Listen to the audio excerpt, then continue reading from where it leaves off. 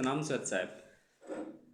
सन्यासी जीवन श्रेष्ठ है या गृहस्थ जीवन श्रेष्ठ है, इस पर विचार करते हैं।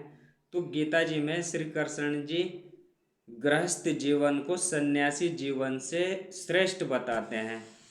अध्याय 3 के श्लोक 10 से 15 के बीच में एक श्लोक है, उसमें कहते हैं कि सन्यासी से बढ़कर जो है श्रेष्ठ है कर्तव्य कर्म करते हुए जीना, यानी गृहस्थ आश्रम में रहते हुए जीना। दूसरी बात यह है कि गीता जी का जो ज्ञान है वह श्री कृष्ण जी अर्जुन को दे रहे हैं। अर्जुन एक गृहस्थ है, न कि सन्यासी है। तो सन्यासी जीवन से श्रेष्ठ गृहस्थ जीवन है जिसमें सभी तरह के कर्तव्य कर्म किए जाते हैं। कर्तव्य कर्म ऐसे करिए जिस संबंध के साथ में आपका जो कर्तव्य बनता है उसको आप निष्काम भावना से कर दीजिए, फल की इच्छा रहित होते हुए कर दीजिए। ऐसा नहीं है कि जैसे माता पिता के प्रति जो कर्तव्य है सेवा भाव का, वह उसे आप निष्काम भाव से करिए, यह आपका अपना कर्तव्य है, कोई एहसान आप उन पर नहीं कर रहे हैं। तो और इस उद्देश्य से भी नहीं करना चाहिए कि आज हम कर रहे हैं, यानी बच्चों के प्रति जो आपका कर्तव्य है उसे भी आप निष्काम भाव से कर दीजिए। भाई बच्चों का खाना पीना पालन पोषण से संबंधित जो वस्तु है उनका कर्तव्य उनको देना आपका परम कर्तव्य है। और मन में यह भाव नहीं होना चाहिए कि आज हम इनकी सेवा कर रहे हैं तो आने वाले समय में यह हमारी सेवा करेंगे। इसे श्री कृष्ण जी ने कहा आसक्ति रहित जीवन जीना, यानी इच्छा रहित निष्काम भावना के साथ में। तो जिस संबंध के पास साथ में जिस संबंध या रिश्ते में जो आपका कर्तव्य बनता है उसे आप निष्काम भावना से कर दीजिए। और यह हम नहीं कह रहे हैं, श्री कृष्ण जी स्वयं गीता जी में कहा है। अध्याय 3 में कर्तव्य कर्म पर ही चर्चा की गई है। भक्ति करने के लिए सन्यासी होना अर्थात गृह त्याग करना महत्वपूर्ण नहीं है। आजकल हम सन्यासी की परिभाषा इससे ही ले रहे हैं कि किसी ने गृह त्याग कर दिया है और कहीं मठ में या मंदिर में या पहाड़ों में जा कर के वह जीवन व्यतीत कर रहा है और एक खास तरह का कपड़ा पहन लिया, गेरुआ वस्त्र या अन्य सफ़ेद वस्त्र पहन लिए हैं, तो हम उसको सन्यासी मानने लगते हैं। लेकिन श्री कृष्ण जी गीता में कह रहे हैं कि मन से आसक्ति रहित, ममता रहित, अहंकार रहित, इच्छा रहित जीवन जिए। और जीवन में जो कर्तव्य है उनको ममता रहित, इच्छा रहित और संकल्प रहित जीव कर्तव्य कर्म कर दीजिए, यानी निष्काम भावना के साथ में कर्तव्य कर्म कीजिए। तो भक्ति करने के लिए सन्यासी होना अर्थात गृह त्याग करना महत्वपूर्ण नहीं है, बल्कि महत्वपूर्ण है मन, आपका मन पवित्र होना चाहिए और मन से आप विषय विकारों में लिप्त न हो।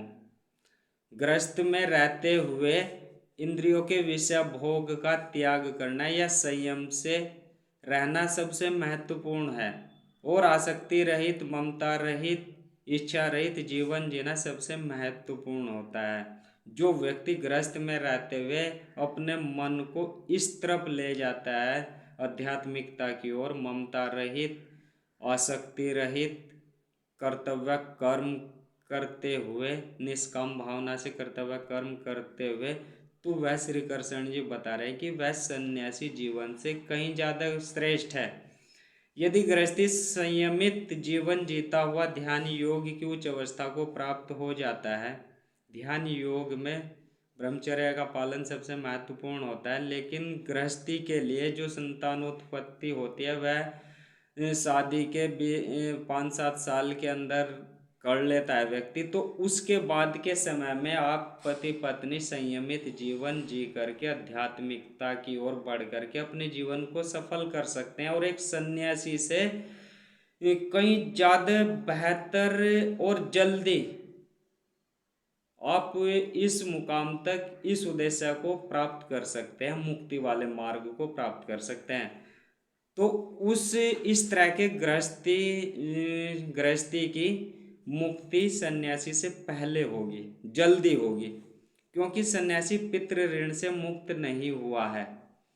यानी हमें एक हमारे माता पिता ने संतानोत्पत्ति कर दी, यानी संतानोत्पत्ति से मतलब है हमने ईश्वर का जो ये खेल है, लीला है, या ये जो भ्रम माया जाल है, इसमें हमने अपने जैसा एक उसके इस खेल में पैदा कर दिया है।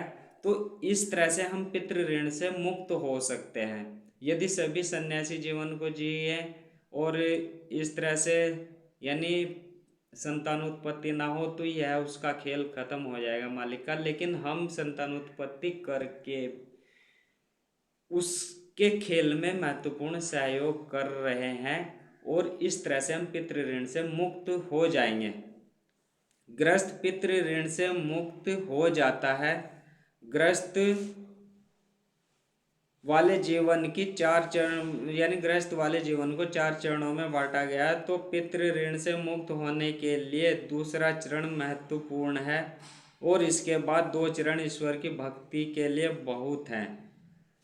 2 चरणों में गृहस्थ रहते हुए भी आसक्ति रहित संयम के साथ में, संयमित जीवनचर्या के साथ में, निष्काम भावना के साथ कर्तव्य कर्म समझते हुए जीवन व्यतीत करना चाहिए।